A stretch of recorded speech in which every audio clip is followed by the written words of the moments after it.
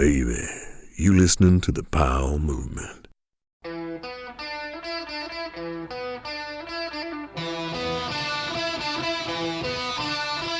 Welcome to the Powell Movement. I'm your host, Mike Powell, and this week my guest is a two-time X Games gold medalist who we all know for doing the biggest, gnarliest, high-consequence urban shit in snowboarding.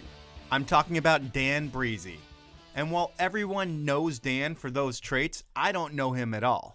I want him to be what my stereotype of him could be. A gnarly street dude who's going to be down with beers and spliffs throughout the whole podcast.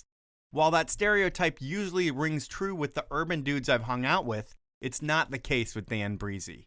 He's what you would expect from a dude from the Midwest, without the hard partying side, because most people I know from the Midwest can go till 4 or 5 in the morning, but that's not the vibe I get from Dan. There's no image or gimmick to him. He's a clean-cut, polite, average citizen who happens to find the biggest stunts he possibly can, and he throws his body off them on his snowboard. The footage speaks more words than any marketing spin, real or contrived, could ever do. If you've seen his X Games edits, you know the hammers I'm talking about. And if you haven't seen them, well, they're a minute long each. There are like 5 of them, and they will all make you say or think, holy shit. On the podcast, Dan and I talk about working his way from the hills of Minnesota to filming video parts for the biggest movies and events in the world of snowboarding. Before we get into it, I want to ask you to do a few things for me. The first is tell a friend about the show. Everyone listens to podcasts these days, but there are so many out there that letting a friend know one that you think is good really helps the show grow, and I thank you for doing that. I also want to ask you to follow me on Instagram at The Powell Movement. And finally, I want to ask you to support my amazing sponsors. And this is the week to do it. This week, Evo has their Black Friday sale. It starts on November 22nd and goes through December 2nd. You also have 1 week to get your discounted pass at the summit at Snoqualmie. You can find the code in their ad. Stanley and Spy have some more great discounts that you can get through the codes in the ads. And while all these codes will help you save money, the 10 Barrel Brewery is there to help you forget about the money that you do spend. Enough about sponsors though. Now, let's talk with Dan Brisse. You were here in Seattle. What are you doing here? Meeting with your agent and all your sponsors and getting things dialed before the season starts? Yeah. So I came up today to say hello to the C3 crew. Met with Blue for a little lunch. Caught up with him a little bit. Shot the shit with Johan. Mike Pettit, a good buddy from Minnesota, now works at C3. Just said hello. Looked at some of the product, and also met with Jaimeson Keegan, my agent, discussing some of the plans this year, looking at an investment we're doing, and just kind of catching up. Well, you're here on a lovely day in Seattle, but we're not going to talk about lovely days in Seattle. We'll talk about growing up in Richmond, Minnesota. You're an hour and a half from the cities, and you're close to St. Cloud. And what's growing up in Minnesota like? Very cold? Yeah. Growing up in Minnesota was really awesome. I had a great childhood there. You know, I had a really solid group of friends through middle school and high school. We all would snowboard together. Not a ton to do in the winter other than snowboard. And then obviously in the summers, it was fantastic. We grew up on a lake. My parents had a lake home. Yeah, just a lot of boating and swimming and playing in the cornfields, I guess. And giant mosquitoes. Yes, massive mosquitoes that leave welts. And when I was talking to some people about you to get some information for the podcast, one thing that everyone brought up was that you were the hardest worker they know. Everyone said that. It's like not only does the dude have so much talent and huge balls, but he will outwork everyone every time. Talent you're born with. Are your parents athletes? My dad, yeah, he was really, really into football, actually. He always was pretty dang gifted athletically. And then my grandpa, same situation. He actually, kind of a little funny side story. He got a hole-in-one on his 84th birthday. Whoa. Yeah, serious golfer, and he bowled a 300. So I think of my grandpa, he's passed away now. I miss the guy, but just a great guy. Your dad, did he play college football? No, he never did. He always talked about it. And that was one of the things when I was young growing up. He just said, Daniel, when you have something you want to do, go all the way. Give it everything you got. So he never did play college football, and I wish he would have, and kind of is what it is, I think, for him. And as a kid, were you a risk taker? Yeah, I always was. I mean, gosh, I still remember when I was maybe like 10 years old, I had a BMX bike. I was all about my BMX bike. The movie Rad really inspired me, and I was trying to be like Crew Jones, if you've ever seen the movie Rad. Yeah. Yeah, and one of my older brother's friends dared me to hit a kicker, and he paid me 10 cents. And I still remember that day being like, dude, I can make some money. I'm a little kid.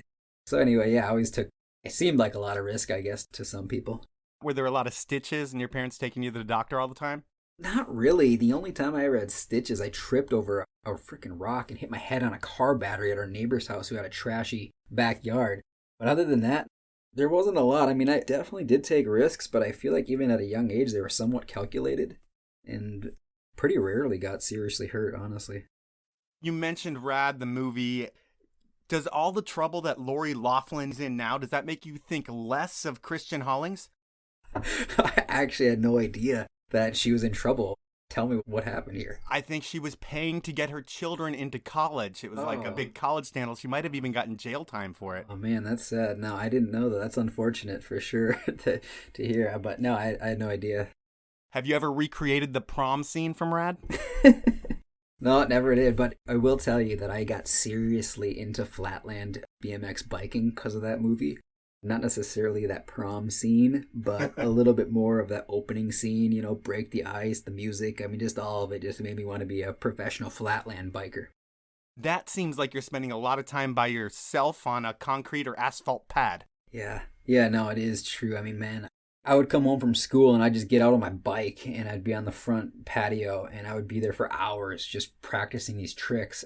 I still remember thinking back to it, just being like, man, I'm spending so much time out here, and my friends, they weren't going to hang out for that long. After enough biking, they were like, I'm out of here. And I was just there by myself riding this bike for a good 4 or 5 year period. So I'm glad I chose snowboarding over biking. It's way more fun with your homies. Back then, your dad being into football, did he push you into any team sports at all? Yeah, he did want me to play football. And I could tell he was such the football star in high school, known for it. And I know he wanted us to play, and I did originally want to play, but gosh, when I first started snowboarding, it just felt so much more fun. It was free. There wasn't anybody else you had to rely on. And once I got into snowboarding, I mean, he pretty much backed whatever I wanted to do. He just wanted, I think, to do something that I really love to do. When you find snowboarding, I think it's about 8th grade for you. That tells me your parents probably weren't that much into mountain life if you hadn't gone before 8th grade. Yeah, my parents are unique in the sense that very supportive in me doing my snowboarding and just being okay and pushing me to just stick with it, but never once was out on the hill with me, never really saw me snowboard at all until I was in a movie. Yeah. Powder Ridge is the mountain that you go to. Do you get hooked from the first time you go? Like, this is what I want to do? Powder Ridge is a really great place for me. My cousin brought a snowboard into my life for the first time. It came from California, and I still remember riding in his backyard thinking this is so fun. And I didn't really get hooked at that point because I didn't have any money and I didn't have a snowboard, and the only time I could ride a snowboard was when somebody had one and I could strap in. But as I started to work these summer jobs, I had the goal to buy my first snowboard, and once I got that thing and I got a season pass to Powder Ridge, it was literally just begging my parents for a ride to go as much as possible. How old are you when you start working?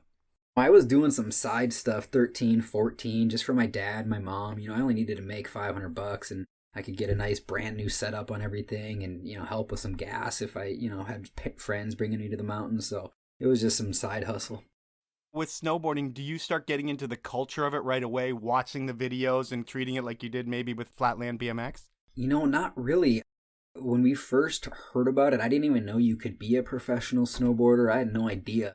But as we kept riding and I kept going to Powder Ridge, I started to see some guys there pretty consistently who turned into some really great friends. The youth shelter supply out of central Minnesota, I had a pretty core group of guys that were really into riding and filming these edits in these movies. And Emmett Clocker, really great friend, Mike Tinas, these guys just saw me out at the hill every day and started to invite me to ride with them and do some filming at Powder Ridge with them. And then I started to really connect the dots that, hey, there's videos, and that's when I learned about, Decade and technical difficulties, and that's when everything changed. And are you watching those just over and over and over? Yeah, literally, I burned the tapes out. I mean, it was just, I remember watching Decade and the music and just being so hyped on just how far these guys could fly through the air and land on a board, you know? And all those dudes literally became my hero in a 3 to 6 month period. And yeah, I was obsessed with those videos. They were everything. And just thinking about your style now, and I'm sure that evolves over time, but it's all hammers, really, really big stuff. And back then, when you're coming up, who are the guys that influence you? I would think the Mikey LeBlancs of the world who drop huge shit. Yeah, dude, oh my gosh. Peter Line, Mikey LeBlanc, JP, Jeremy, Bjorn Linus, Chad Otterstrom. I mean, the list goes on. If you're in Decade, I mean, I just loved those guys hitting huge kickers. It was just, I don't know, something about it just made it look like they're flying. Are you hitting jumps at Powder Ridge, or are you finding urban at that point? Yeah, Powder Ridge in the beginning, there wasn't any sort of handrails. They didn't allow it. We would build these jumps, and we would be out there for hours building these things, and you'd hit the jumps, and they'd just be completely flat landings. Didn't understand to hit a jump and have a landing. It would just squat. Or splat, better word. But yeah, they would always shut us down after we built the jump, kick us off the hill, and very hard to get anything done at Powder Ridge back in the 90s. Were there any backyard setups that you would build? Yeah, that was really where I started to get comfortable on handrails. You know, I grew up on a hill, and down at the bottom of the hill was our lake.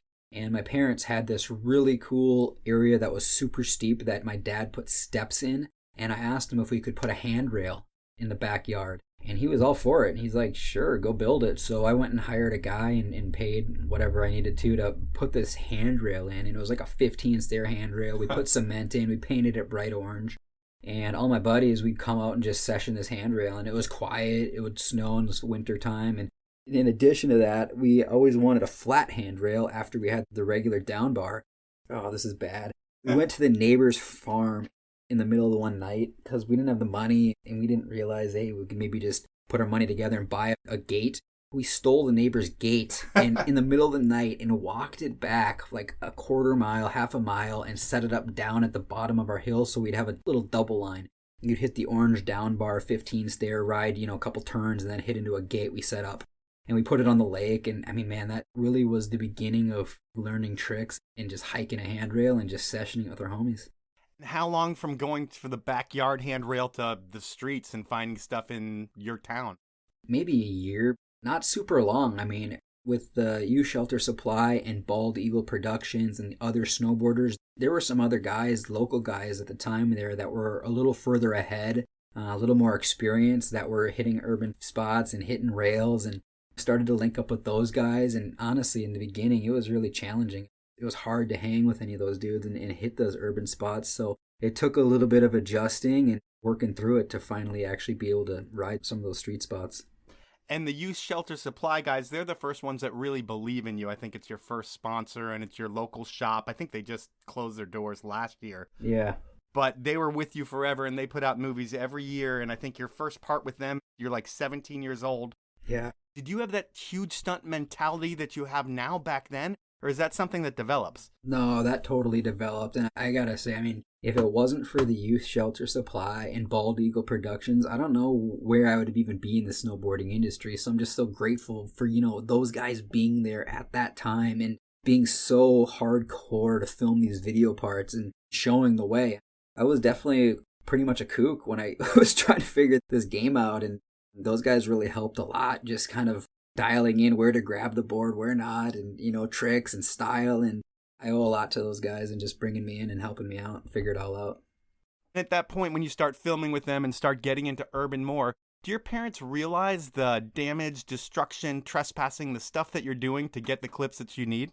No, they definitely didn't know. They were oblivious to what was going on with that kind of stuff. But I know my parents in the sense that they know we're good kids. They know we're not out there to cause serious damage, and they pretty much trusted whatever we were doing. I was lucky. My parents put a lot of trust in me and pretty much let me do whatever I wanted to do. And with that responsibility, I didn't mess up too much. I mean, yeah, if we got caught, and we would apologize and clean it up and move on. But overall, we're just trying to have fun. They didn't have that much to worry about. I mean, you're a pretty clean-cut kid in terms of partying and getting in trouble.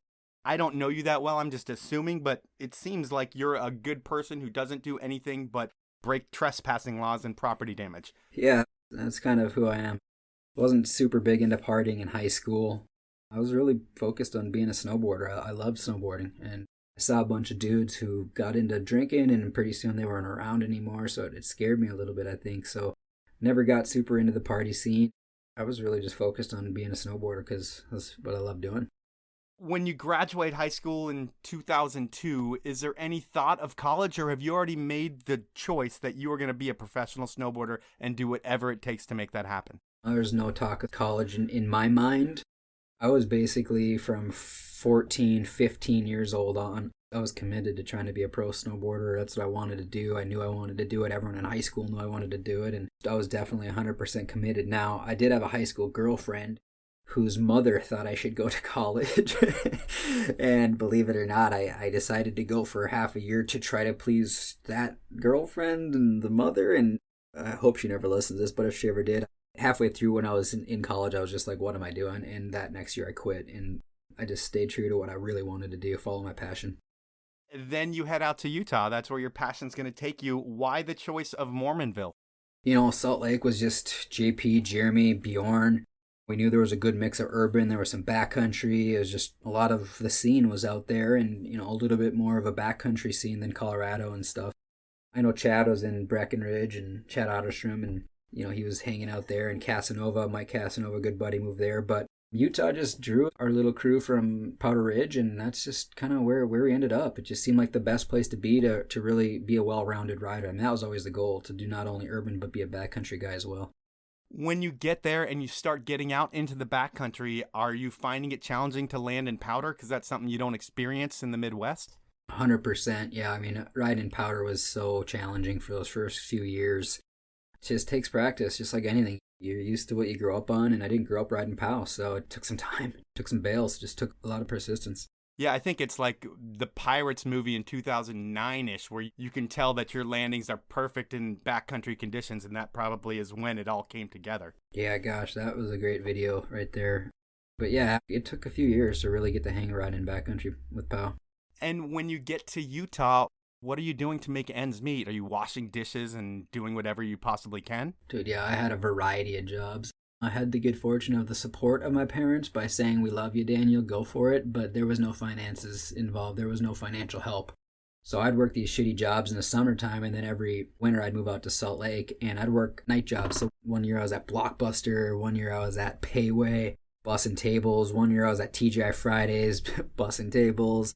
I had these just odd end jobs. I had a bike my first year because I couldn't afford a car. I mean, it was funny. It was good. I love it though. You know, I'm glad that I didn't have someone just kind of silver spooning it. And looking back, I wouldn't trade it for a thing. And I knew that if it was going to be, it was up to me. You know, I mean, it came from my work ethic. I had to get it done on my own. When you're taking these jobs, you're pretty young. You're probably 19, 20 years old. You're working at Fridays, and I think that's where you meet your wife and the mother of your children. Yeah, that's right. She was bussing tables as well. And I remember looking at her just thinking, what in the hell is this woman doing working here? Yeah, I was instantly just completely sucked in like a laser beam, attracted to her. And I asked her out pretty much within the second day because I was just like, I need to talk to this woman. She basically blew me off and nothing happened. And I was just like, damn, I thought she was totally going to be down. And there aren't a lot of girls in my life where I definitely knew I wanted to talk to and definitely was going to pursue. So after getting shut down from her after a couple weeks, I kept asking. I was just like, I'm definitely going to continue to try until I get an honest no. Because it wasn't really a yes or a no, it just nothing really happened. So just kept with it until finally she said yes. Nice. And I usually keep the wife talk to a minimum, Yeah. But do you guys still do date nights at Fridays just to reminisce? No, we haven't actually done a date night at Fridays. I don't know if Fridays is in business where we are anymore. I know the one that we met at shut down, but married an amazing woman. Are you riding much park at all? Because I see you at Super Park every year, and I see some clips. You're always able to produce them. But do you mess around with the parks when you're at a real mountain? You know, being in Salt Lake City, I loved the change of weather. You know, you'd get this dump in the city and you'd spend time doing urban stuff and filming, you know, these urban spots that you're basically chalking up in your notebook. And then the snow melts and you're riding park for a 4 or 5 day period as it's sunny, and then it comes in and dumps and you're in the backcountry riding backcountry till it's beat, and then you're heading down to the city. So if you want to be a pro snowboarder, I mean, I can't think of a better place in the world to be at than Salt Lake. Now it is time for me to take a sponsor break, and my first sponsor is Evo. They have supported me since day one, and I've shopped there since the day they opened their doors. The reason is they have all the great brands, the most knowledgeable and approachable staff, and they know what they're doing when it comes to boot fits, ski and snowboard tunes. They're really good at service. And when I don't feel like leaving the house, I get my stuff through evo.com. They have the same deals, but with free shipping on orders over $50, a no-hassle return policy, and a low price guarantee. And for listening to the show, I've got a new deal from Evo for you on all Evo branded products. They make some amazing stuff. I've been using their ski poles that are just as good as my $100 poles, but I paid a fraction of the price for them, and their offering is a whole lot more than just ski poles. When you head over to evo.com and check out, enter the code POWEL20, that's all one word and the number 20, no spaces, and you'll get 20% off of all Evo branded products. And when you do it, because Evo is made of good and inclusive people, they're going to give an additional 2% of all branded sales to local youth organizations. They're helping you have fun and making a difference in the community. Next up, it's Stanley. They are the brand that invented the keep things hot and cold category back in 1913, and they are located down the street from my house in Seattle. You remember Stanley from that green bottle that kept your grandpa's coffee hot all day long. They still do that, and so much more. When I think about Stanley, it's all about water bottles and pint glasses. The water bottle is a simple classic Stanley style that keeps my water cold for a couple more hours than whatever you put your water in. The pint glass keeps my beer ice cold way longer than I need it to, and the beveled edge makes me hydrate faster for some reason. It just feels good, and you're going to want to feel good too. To do that, head on over to stanley-pmi.com, go shopping, and you will get 30% off your entire order when you use the code TPM30. That's all one word, the number 30. When you check out, you'll get that 30% off. Everything you buy helps support the show, so please do that. Now we're going to jump back into the podcast. One thing that's kind of strange for me is you enter a big park contest in 2006, the Aspen Open, which is one of the bigger contests back at that point, and you win that. Yeah. How does that even happen for a dude who's probably not spending that much time in the park or thinking about competing? Honestly, this goes back to Mike Pettit, dude from Minnesota. He happens to be out in Salt Lake City, and I still thank him pretty much every year, once a time. You know, I was wanting to go to the contest. It probably was a good idea, but I didn't have the money. I literally didn't have the funds to drive to Aspen. He was in a better spot at the time, and he basically just chucked me in the car and took me. So we went to Aspen, and I think he even paid for the hotel room. And got into that thing, ended up qualifying into finals, and then the finals night, I remember laying in my bed just thinking about this back 10 that I knew if I could visualize this trick, that I knew I could hit it. And the next day, luckily, I think I got it. Whatever I did, it was enough to win. And I don't know. I did ride a lot of park at Park City, but it wasn't enough where I thought I'd win a contest. So that was kind of a surprise, to be honest. When you win that contest, does it make you think, hey, I should enter other contests because there's a chance to make some money there? No, I didn't really think about more contests. What it did was it put me on the map in front of Blue Montgomery for Capita, because word got around that I was riding, on this AM level. And when I won, it got to him. And that's when I heard I'm going to get a call from Blue, and that was, wow, okay, this could be the real deal. Sure enough, a week later, Blue called and he invited me to come to Team Challenge or Super Park. And that's when I got kind of the introduction to Capita. It was Team Challenge that I went to. From there, everything starts moving a lot faster. I think you film with Capita for First Kiss, and video parts are how you stay relevant in snowboarding. Even the contests you are known for are video-based. And when you film with a brand like that, that's your first big exposure, because doing the youth shelter supply isn't getting the eyeballs that a Capita video is going to do. Yeah. When Blues got me out at the Team Challenge and then to Super Park, I started to meet other brands and, other team managers, and things started to move a lot quicker. And then, as you said, First Kiss came around and we all filmed as hard as we could for that. That film, I wasn't as stoked on the film overall. It was a little bit too artsy for me just as a high picture looking back, but it was a great experience, and it was really kind of the first chance to step up and try to film on a bigger platform. And then the next year, it kind of goes even to a bigger platform. You end up with Pirates. That's the first time you really have a ton of backcountry jumps in a part. I mean, you had some in First Kiss, but it seems like it's half and half when you get to Pirates. But the big production company that you end up with is Absinthe. How do you end up connecting with those guys? Yeah, I was filming for Pirates, and through my filming, somehow I met up with Shane Charlebois, just a local legend pretty much in Salt Lake City, just a great guy. And I remember him saying, hey, you should film with us. And I was right in the middle of my Pirates part. And I specifically remember saying, I got to stick this part out this year because I want to finish it. But we basically kind of handshook and said, well, let's start next year. And that's how it happened. And really fortunate to meet that guy. He's just a great guy. This is a bigger production than anything you've ever done so far. I mean, all of the heavy hitters are in this one. Travis Rice, Bodie, Mark Frank Montoya, so many more. Do you look at this as just another season, or do you put a lot of pressure on yourself before the season starts to up the ante?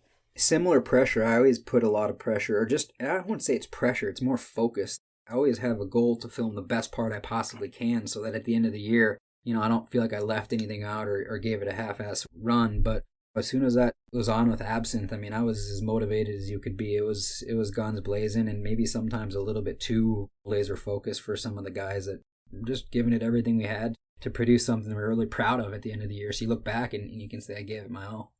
And when you think of the guys that are in that movie, they're all known for incredible work ethic. Yeah. And you're known for that as well. Have you ever been on those shoots where you have the dude who's just sitting on the snowmobile, watching as people are building a jump, being lazy, and that totally goes against everything you stand for and pisses you off?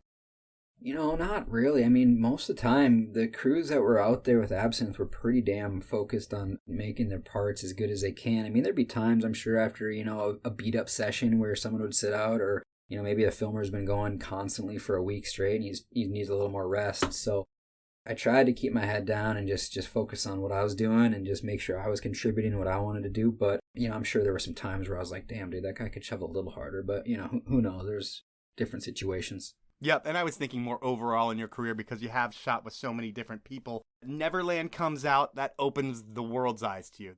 You've got to be really proud of yourself, and you're going to film with Absinthe again. Yeah. When you go into a season and you're going to plan to film with them, you're part urban, part backcountry. Do you spend the early part of the season knocking out all your urban tricks and then focus on backcountry after that? Or is it a process throughout the season? Definitely more of an urban game in the beginning. There's not enough snow in the backcountry to really send it with all the rocks and stuff. So we would be way more focused on urban content in the beginning of the year. And then halfway through, we'd transition a little more to backcountry. Okay. Nowhere comes out. You have the closing part in that movie. Do you have any idea that you're going to have the closer? Or is that something you find out at the end of the whole production? Yeah, we went to Hawaii to edit that film, and when I was there editing the part, you don't really realize sometimes how much footage you have as the season's going on if you're not watching it. And I remember sitting there with Justin Hasenick and Charlebois, and we were editing the part, and I remember thinking, damn, we got some good footage here. And I always love having the end part if it's possible, if the footage is strong enough and it's deserved. And I remember when I was watching this part as we were editing, thinking, damn, this is going to be my best part I've ever had. And luckily, I ended up having enough to close it down. I think I knew I was going to have the ender when I was there, but I'm not 100% certain. I can't remember for sure right now. I'm going to guess the answer to my next question is no, and I don't even know why I say that before I ask the question, but things are blowing up in your world. Does your head get any bigger? Is there any change, or are you still Dan who likes a good burger? I like to think it's just Dan who likes a good burger still. And nothing really changed in my mind because, you create this part, you're still not where you think you can be. You still have more that you can do. So it's not like it was an arrival period that you're like, wow, I've actually, closing down one of the biggest films in the world. You're thinking about, okay, next year, what can I do next? What can I do better? And I think that's a lot of snowboarders in our industry that are pushing it. Pushing it is what you're known for. Like I said, you'll get some clips at Super Park and you'll have some backcountry jumps for sure every year. But what you're known is for the highest risk urban stunts, hammers, whatever you want to call them. And there's no real way for what you do in the streets to showcase that in a contest form other than an edit battle per se. And that's what happens with real snow when that comes around, ESPN saying, hey, we are going to cash in on Dan's talents and we're going to create an event around Dan and people like him. Where are you when you find out that real snow is going to happen? Because I would think the X Games are something that you've always kind of been interested in. Yeah, I always grew up watching X Games. I didn't think I'd be a part of it when I started really focusing on video parts. When Real Snow came out, it was right after my Nowhere part came, out, and it was a pretty strong part at the time for my career. So I did get invited that first Real Snow part, and I remember thinking it was a really unique contest and something I was excited to be a part of. Just grateful to be a part of it. It was awesome. Shane helped me film that first part from Absinthe, and we just kept doing what we already were doing. Nothing really changed too much other than the content was going to X Games and some of the footage was going to come out before my video part. So there weren't any spots that you had found that you were saving for your X Games footage? It was more, this is what we always do? I always did look for spots every summer. I mean, I made part of what I did in the summertime. I was really obsessed at the time with finding new spots. And, when you're looking for spots, it takes a lot of time in the winter. So I tried to do that a little bit in the summer and just drive around. I mean, when it's the only thing on your mind, you have a hard time sitting still in the summer. So if I'm back in Minnesota and it's middle of the week and I'm not working or something, I was out looking for spots. So there were some spots we definitely eyed up, but at the same time, it had to snow a decent amount to hit these things. Between snow, health, spots, cops, there are a lot of things that can fuck up the production of your minute and 15-second edit. The edit has 10 tricks in it. How many days do you go out and shoot to get those clips? I think the first Real Snow, we had a time limit. It had to be done by January 1st. So we started, I think, November 15th. We went out every day, 45 days in a row. There wasn't a day we took off. All of the clips could be ender parts in other videos. But for X Games, it seems like you want to put those banger parts in because there's a big prize and there's a lot of respect to be earned, and you want to be the first X Games gold medalist, although that was probably never on your radar until a year before. But are you using a bunch of other clips, throwaways that aren't really throwaways that can be used in other video parts? There were some B shots that didn't make it. I don't remember exactly how many. I do remember being pretty motivated to try to win because they had $50,000 on the line at that time. I mean, $50,000 when I was kind of coming up is that's a huge chunk of change. So I think that really kind of escalated what we were doing in the hopes of making that, money. Okay, and when you're out there in the streets, what are the tools of the trade? What have they evolved to? I mean, when you go on an urban mission, ideally, other than people and camera gear, what's essential to have on the road? Winch, bungee, bolt cutters, what else do you need in your toolkit? Yeah, winch is probably the most important for that kind of snowboarding, urban snowboarding.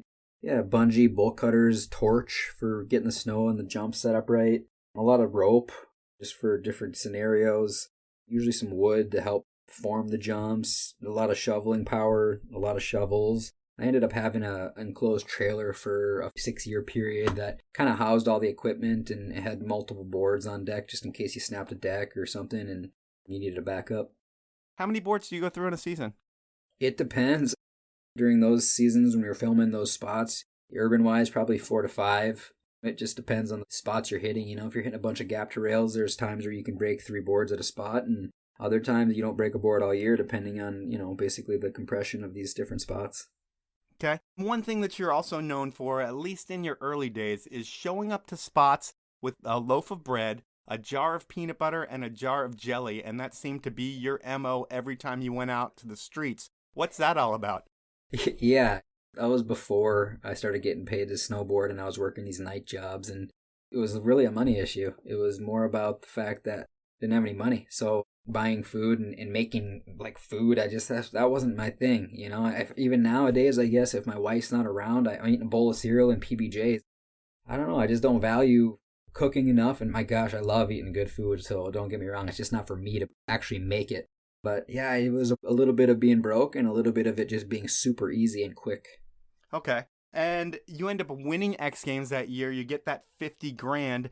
Do you actually get to go to the X Games event and get a medal? Yeah, that first year, they invited the top 3 guys out there. They didn't tell us who the heck won. And then the day of, they just said, hey, Dan, can you come to the mountain? And I was standing there, and they had a camera on me, and they didn't really tell me what was going on. I assumed that maybe I won. I didn't see anyone else there. But at the same time, I didn't know for sure. And then they just had the camera on and said, you won, and boom, there was the medal. Was that a special experience, or was it just like, oh, whoa, that just happened? Very special. I was competing against heroes of my sport, Jeremy and JP and Seth and all these guys who were literally the idols of my day were in the contest with me, and just to be a part of it with them, being such high level athletes and just being so dang good at their sport and riding style. It was really a special moment for sure.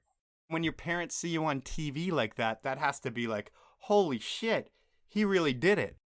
Yeah, totally. I remember my parents, they were in Mexico and they found a little bar and watched, and I think they were pretty damn surprised, to be honest. They were like, Jesus, he's actually on TV and he just won a medal and he won 50 grand. And I didn't think they ever maybe thought that this was even possible, or that there was that kind of money, or that there was this kind of possibility of being on TV for snowboarding. After the contest, the rest of your season is Defenders of Awesome. You're filming for that. Then the next year, you're the gold medalist and you need to focus on real street again. Is this the year you rent a Bobcat and cut your workload down?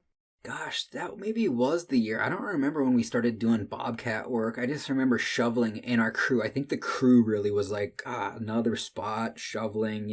After you shovel day after day after day, it wears on the crew's energy. So one of my buddies who's not a part of the snowboarding industry just said, why don't you just rent a Bobcat? So we tried it out, and obviously it can move a ton of snow really, really fast. So maybe it was that year. And when you're going to different spots, you always have the chance of being kicked out. Not that you're going to leave right away, but there is always the chance that someone's going to come and tell you to leave. Over the years, you've employed different practices to make you look like you belong. What kind of things do you do to blend in and make it look like you're supposed to be at these features? Yeah, we would definitely be wearing, like these blazer orange protective jackets. It would make you look like you were just working on the road. And then if you have a Bobcat, you chuck a light on top of the Bobcat. It'd make you look really official. Basically, those two pieces, people didn't really question you. And, ideally, we would just get permission. It would be pretty easy sometimes to knock on the door of these businesses. And I created this document that was basically like an insurance policy. I just fabricated it. And, they could look you up online at that time and figure out that you were a legitimate snowboarder and this is what you did for a living. So a lot of times, as we got a little further along, we'd get permission, and they'd actually really like that we were there filming on their property. But if we couldn't, we would just put reflective vests on and bring the Bobcat out.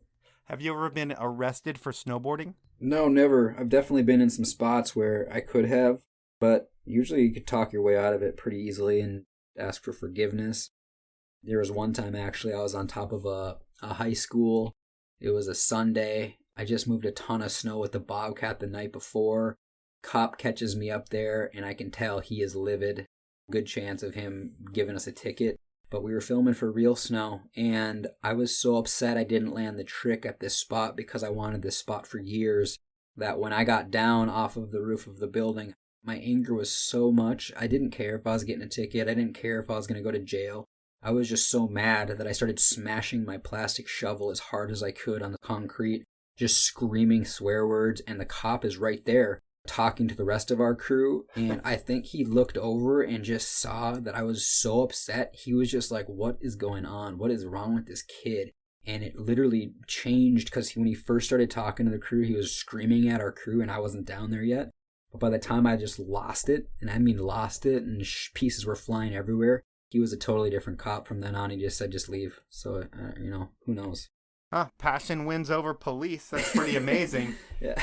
So you win that second X Games, and I'm sure when you were 14, you never thought you would hear your name, Dan Brisse, 2-time X Games gold medalist. That was an amazing moment as well. Yeah, it was really, really special. I'm super grateful for the crew. I mean, at the end of the day, these contests, these video parts are 100% the crew, and I had the best crew you could ever ask for, A lifelong friend, Randy Van Nerden, was in my crew. Bjorn Linus came out a lot. Krista Rallis, Justin Turkowski, Charlebois, all of these different guys for filming. And, it's a team effort. That's the name of this game when it comes to the kind of riding we were doing in the streets. It was really, really about the crew and everyone working as a team. Cool. Well, I'm at the part of the show now where I get into money, and I think it's important for the up-and-comers to know what you can earn in this world. And I'm not going to ask you the dollar amount that you make. A lot of listeners don't really like that I ask this. They think I'm tacky and they don't want me to do it. But these type of sports are the only sports in the world where you really don't know a range of how people do. So when you win an X Games gold medal, you get $50,000. Do you have a victory schedule with your sponsors where they'll match winnings for an event like that?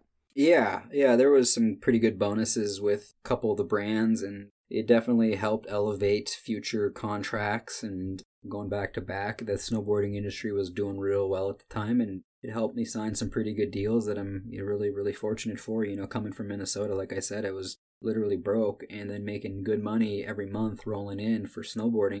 It just seems surreal. Who is paying you today to ride your snowboard? Right now at Rockstar, Deluxe, Capita, I'm on an ambassador program with them, and those are the main brands I'm still riding for. What does that mean you're on an ambassador program? So basically representing the company, they're not asking me to do a lot. They are still supportive of me, helping me out, and moving me around to different film spots, film shoots, but just really a low-key position and not requesting me to be, on that hard grind of filming a full video part and posting a ton of social media content. Is it still a contract, though? Like, they're still your sponsor? I'd have to look back. I think my contract has run out with them, actually. I think it's just more of a handshake, Blue Montgomery, Dan Brisse sort of deal. Well, that's cool. That's the best type of relationship to have. Yeah. Back then, you should have been crushing it financially in the heyday years. But when you look at money back then compared to now, are you doing as well as you were in the heyday or even close? Yeah, a big thing that I was trying to do as things went well was figure out what to do with it and how to make it multiply and where to put it. You're supposed to buy a big truck, weed, and a snowmobile. Yeah. I did have a truck and a sled. I can't deny that. No weed, though, but there was definitely a lot of education going on at the time of trying to be smart with the position I was fortunate enough to be in to hopefully, when I'm done being a snowboarder, not have to go get a job and be back to working at TGI Fridays. That was my biggest fear, honestly, was that I was going to make a mistake and be back working a shitty job that I had no passion for and no excitement to be at. Yeah, that would be a miserable existence. It's time for me to take my last sponsor break, and the brand I want to talk about is Spy Optic. They're a brand that I'm so happy to have involved with the show because not only do they have an incredible collection of sunglasses, but it's time to think winter, and Spy has been supporting all things snow since they started 25 years ago. Now, they have rad signature collections, game-changing technologies, and all their goggles have the Happy Lens, which really sets Spy apart from everyone else. And that's a big reason why you should be wearing Spy. The biggest reason to me that you should wear them is that Spy's goggles look better than everyone else's. I always think the other brands will catch up and fit and finish, but they don't. Spy's look better and you will look better wearing them. For listening to the podcast, I'm going to make it easier than ever for you to get a pair of Spy sunglasses or goggles. All you need to do is head over to spyoptic.com, do your shopping, and when you check out, you'll get 20% off when you enter the code POWEL20, that's all one word with the number 20, and you're done. You're supporting the show, and you're going to look better than you ever have before. The Summit at Snoqualmie is back as a sponsor. They've been my go-to ski destination for the past 20 years, and it should be the logical choice for Seattle skiers and snowboarders. The terrain is awesome. East, West, and Central have something for everyone in the family, and Alpental is the choice for the hardcore rider or those wanting something more challenging. There's also tubing. But really, the beauty of the Summit is that it's 45 minutes away from Seattle, so no long car rides like when you go to other mountains, and you can always find parking. The time to buy a season pass at fall pricing has come and gone, unless you listen to the Powell Movement. From today until November 30th, when you buy your pass over at summitatsnoqualmie.com, enter the code POWEL420, that's all one word with the number 420, and you will be extended fall pricing. So stoked to have the Summit at Snoqualmie back. My final sponsor is the 10 Barrel Brewery out of Bend, Oregon. They have been brewing my favorite Northwest beer since 2006, and they have a couple of new flavors that I'm going to tell you about. The first is Profuse Juice, a hazy IPA that kind of reminds me of Out of Office. It's got a great flavor and a percentage of sales benefit the Surfrider Foundation. The second beer, Smash, is a lighter wheat ale that I drank a ton of while I was in Bend. You can't go wrong with either of these beers, and they're great to drink outside. And 10 Barrel is all about drinking beer outside and supporting all things snow. You can find out a lot more about the company and the beer over at Fully Aligned. That's 10 Barrel's brand new podcast that lets you peek behind the curtain over at 10 Barrel. Next time you're at the store, buy some 10 Barrel and support the brand that really makes a difference in the sports we love, the 10 Barrel Brewery. Those are my sponsors. Now we are going to get back into the podcast. So in order to set yourself up to be financially stable for the rest of your life, in 2014, I think you bought a property at Hood so you can shred all summer. I'm sure you have a house as well. What else have you bought that is going to be an investment that'll take care of you for life? Yeah, midway through my career, I hired a CPA firm out of Arizona, and I read this book called Rich Dad, Poor Dad by Robert Kiyosaki, and basically started buying on the side some apartments, smaller properties, a duplex, a 9-plex, a 24-unit property. And as I was buying these properties, I learned about cash flow. I'm not a real estate agent. I got a lot of people saying, yeah, Breezy's a real estate agent. I'm not a real estate agent. We buy apartments. We're a real estate investment group that we've been forming over the last few years. Yeah, just been putting money into apartments that produce positive cash flow. So you get paid whether you work or don't work. You just more have your money working for you. So that mixed with the depreciation with these properties, you can write off the property and show a depreciation in your income. And basically, even though you're making money, it looks like a loss. So you can reduce your tax bill legally, which is massive if you're making good income as a self-employed snowboarder. Did you have a mentor, or is it just you being smart, reading this book, and going to your CPA? I read this book, and in this book, Rich Dad, Poor Dad, they talked about hiring the specific CPAs, these guys that are able to help with real estate. So when I hired my CPA out of Arizona, and they recommended I start buying apartments, I went through a wealth building program with this CPA firm called Provision out of Arizona. You can look them up. They're great. And as I went through this program, I started to develop investing criteria, and you can buy these deals on the side, and you have third-party property management companies managing the properties for you. So I went through that for a few years, and then I realized it was something really fun to do, and we could scale it. So one of my really good friends and now business partner went down to Dallas, and we hired a gentleman who has been investing in apartments for the last 17 years. He owns 3,500 units. Whoa. Yeah, he's a really big guy in apartment investing, so we hired him, and we've been working with him pretty close as we buy future deals on the side, and it's been going good. It's a work in progress, but we've been adding some good property over the years. So this could be bigger than snowboarding at the end of the day. You're not going to be as passionate about it for sure, but it could pave the way to a very easy existence for you as long as you put in the work. Yeah, I mean, in real estate investing, you can make far more than a snowboarder, or my snowboarding career. I'm not going to say, Sean or any of these, who knows. But as far as, as what I did in snowboarding, multifamily, owning apartments specifically, when we're value-add apartment owners, they coin you as a slumlord, and that's not what we are either. We add value to these apartments. We fix them up. We make them nice. They're nice places that people want to live at. And honestly, there's a lot of passion in it too. It's a fun business, and you can do it until you die. I think that's another thing I really like is, as my snowboarding career was going on, I'd always get asked, what are you going to do when you're done? What are you going to do when you're done?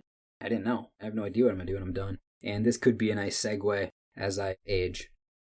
But at this point in the story, you are not done snowboarding yet. Mm-mm. This year, you end up with 2 covers with Trans World, which is a bucket list item for any snowboarder. Snowboarder magazine names you one of the 10 best riders on Earth. You film with Volcom. You end up closing their movie that year, but we're going to take it back to Real Street again, because in year 3, I think the judging changes with Real Street. Is that the year they had a shift of judging? Yeah, they did. I don't remember exactly what happened there, but there definitely was a shift. I got silver in my 3rd year.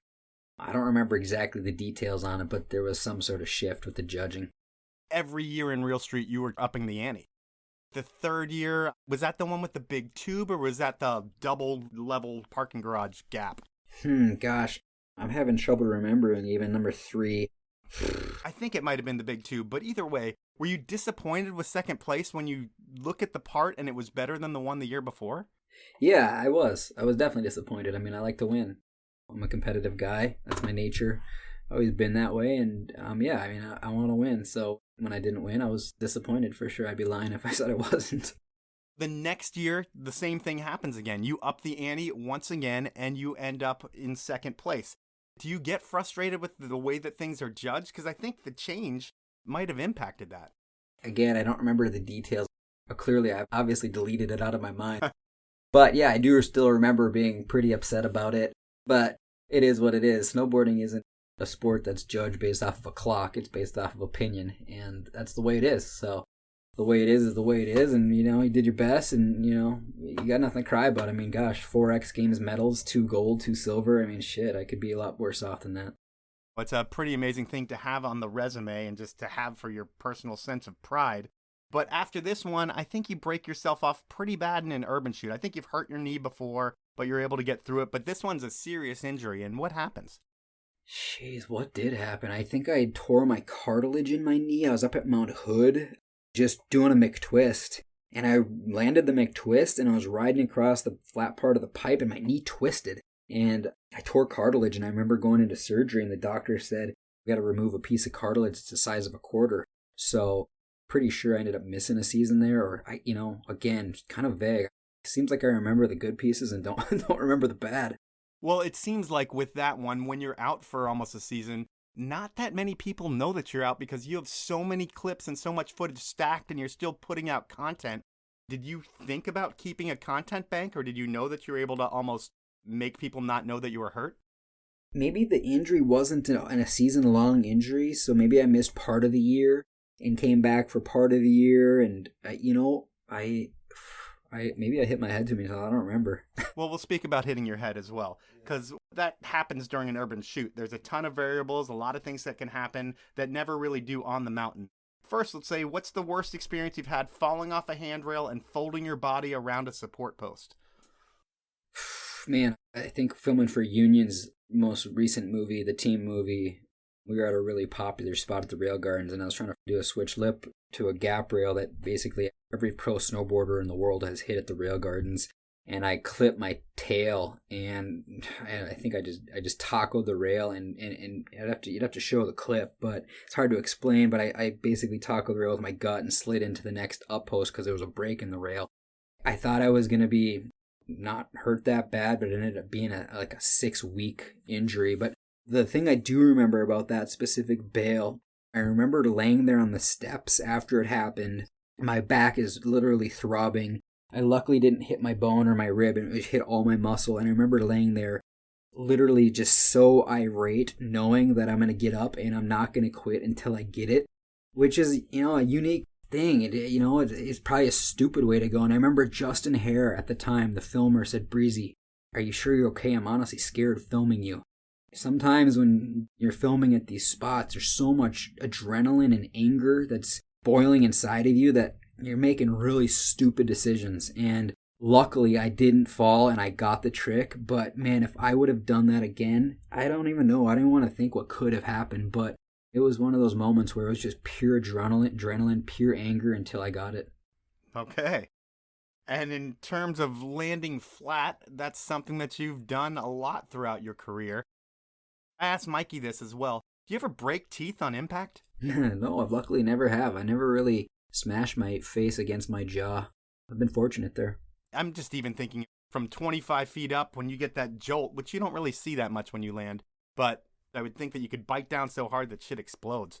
No, I think after you fall or jump off high enough stuff long enough, you sort of learn how to roll out of it, and I was lucky never to hit my jaw on my knee. It would have been brutal, but no, it was always a tuck and roll sort of fall. And do you worry about hitting your head? Because I'm sure that's happened. Yeah, that was definitely on my mind much more in recent years. I've got 2 little boys now, and I smoked my head a couple times in real snow where I definitely was seeing stars, and maybe I was knocked out, I don't really know, but yeah, definitely. That's something that started to be on my mind much more in recent years, of just taking care of my body and making sure that, I didn't have anything really, really tragic happen. When you hit your head like that, you see stars. Are you not snowboarding for 2 weeks and you'll get the trick later? No. You're not snowboarding for like 15 minutes. You get up and you do it again. And I remember one of my spots, I was in Bemidji. It was a gap to handrail up in Minnesota, and I hit my head on some cement, saw stars, and I remember riding. I was a little delirious. I hit my head so hard and I was still riding through it. And I just think back how lucky I am that you're not even fully present. You can't focus fully because you just hit your head so hard, and here you are still riding the spot. Luckily, again, I got the trick, but just really stupid. Yeah, stupid, but it's what passion does, especially to young people. I mean, you've gotten older, you're what, 35 now? Yeah, 35. Maybe some of the hits that you took at 22, you might not take today. Who knows? I don't know you that well, but 2014, another huge year for you. Snowboarder magazine named you number 3 on the best riders on Earth. What do you think when you read something like that? I'm the 3rd best rider on Earth? Because I wouldn't think so. You're just kind of like, holy shit. Yeah, no, that was probably the high point in my career because it was judged based off of your peers. It was rider voted, and, when your peers, other guys who are pro snowboarders are voting you to that position, it's legit. So that was really an honor and really grateful to be able to hit that in my career. And that was a year I had a cover with that magazine. And yeah, it was just phenomenal. Really, really appreciative and grateful to be able to look back and say that happened. Yeah, and then from here on out, you were focused on filming. You do so with Union, Capita, Transworld, and video parts, like I've said, is how you stay relevant within snowboarding.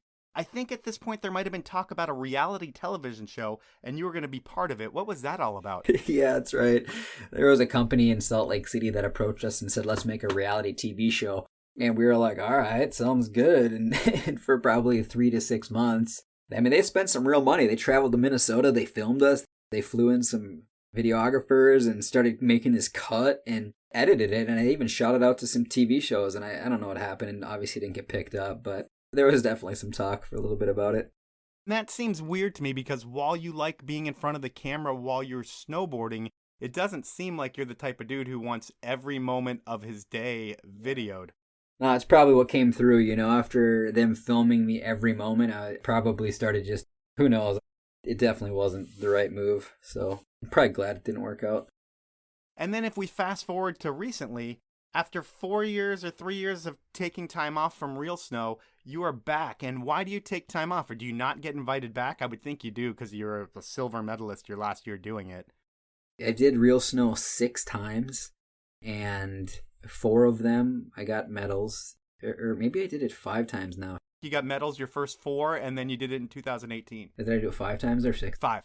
So I did real snow 5 years, got medals in 4 of them. The last one I didn't, and I think after just 5 runs on it, it was enough. I had a great time doing it, and now I'm looking for a little bit more of a low-key, less risk, not quite so intensive, traveling nonstop, out until 3 in the morning, shoveling when it's -10, snowstorms, doesn't matter, cops, who cares? Like, that stuff is, when you've got a huge deadline and a huge goal, you're that focused. And now I'd like to do more of a park riding, and you can film some spots that are, fun to ride, but not quite so risky, health risk and gnarly. Yeah, gnarly. Thank you. Yeah, if you look at the shit that Frank Bourgeois, I think that's how you say his name, is doing today, he's like what you were doing in your first 4 years of Real Street. When you see that guy ride, do you think that's the next you? Yeah, dude. Man, Frank has put together part after part after part, and I know he had an injury one of those years where he landed on a flat bar pretty hard and hurt his back, and man, luckily he was all right, and props to him for just making some parts that are absolutely next level. Given that you are now 35 years old, are we still going to see some of the big hammers that we saw as recently as 2018? I don't think you're going to see those kind of hammers anymore. The riding I've been doing lately is more park riding, cruising rails, cruising jumps with your homies, and taking it a little bit more mellow. With having 2 boys and being a dad, my focus has changed a little bit, and it's not as focused on being that guy that would jump buildings. You'll never see me jump a building again, that's for dang sure. Yeah, I think a little bit more mellow, but you're still showing the fun side of snowboarding. I love snowboarding. I'm always going to love snowboarding, but I don't want to be the guy that's taking those health risks anymore, and it's just not quite the same as it once was. When you are taking those risks, is it fun when you're doing it at all, or is it rewarding when you see the clip afterwards? Because it looks like a lot of pain. Most things aren't landed first try, and it doesn't look that fun when it's that scary. Yeah, when I was doing it, I remember it being fun. I felt like it was kind of the next step. I was just after lunch, and Baloo just said, Dan, when you were jumping buildings, were you scared? Was it fun? How did you get to that point of doing it? And my answer was the same. It was just the next step. We didn't think, let's go out and jump a building. We were filming a spot, got done with the spot, looked over, there was a building gap. And we were like, should we hit that? And it was like, yeah, let's do it. And it was literally that quick of a decision. It wasn't this, should we do it and plan this out all year sort of thing. It just happened quick. You filmed that spot, jumped the building, and went on to the next spot. And then, media blew it all out of proportion as far as the most important shot in the part. It was pretty fucking crazy. I will say that. At this point in the show, I have something called Inappropriate Questions. What I do is I get someone that you know to ask you 3 questions, and they should be inappropriate. When I talk to your agent, they're most likely not going to be super inappropriate, but they are going to be good. We are going to go to Jaimeson Keegan, who sent me over 3 questions. I'm going to play them for you. The first one is right here. Yo, Dan, it's Jaimeson.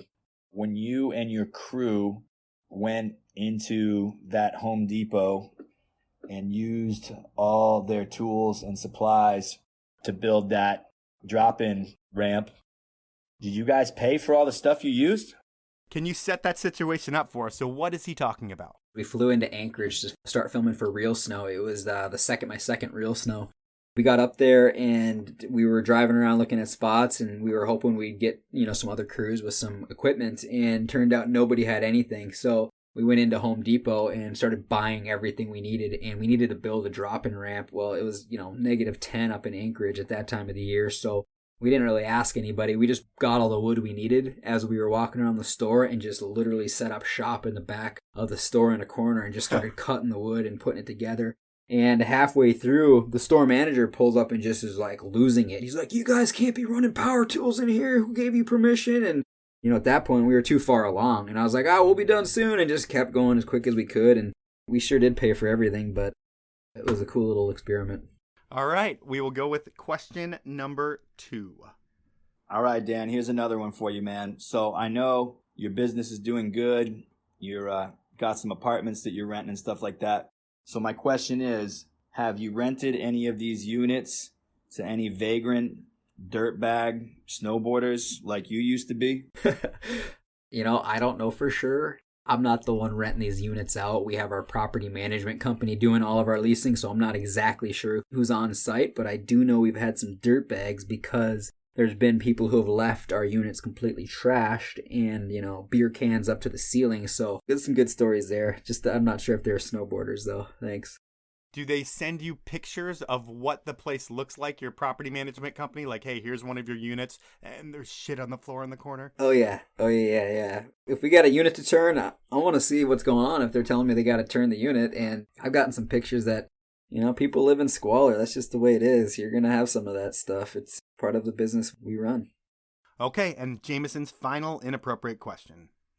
I know a couple summers ago, I told you that I was playing tennis with Mikey LeBlanc, and you thought that was pretty cool. You were kind of wondering who won in our match, and Mikey's pretty beast. So my question for you is, who's the man at table tennis? You or me?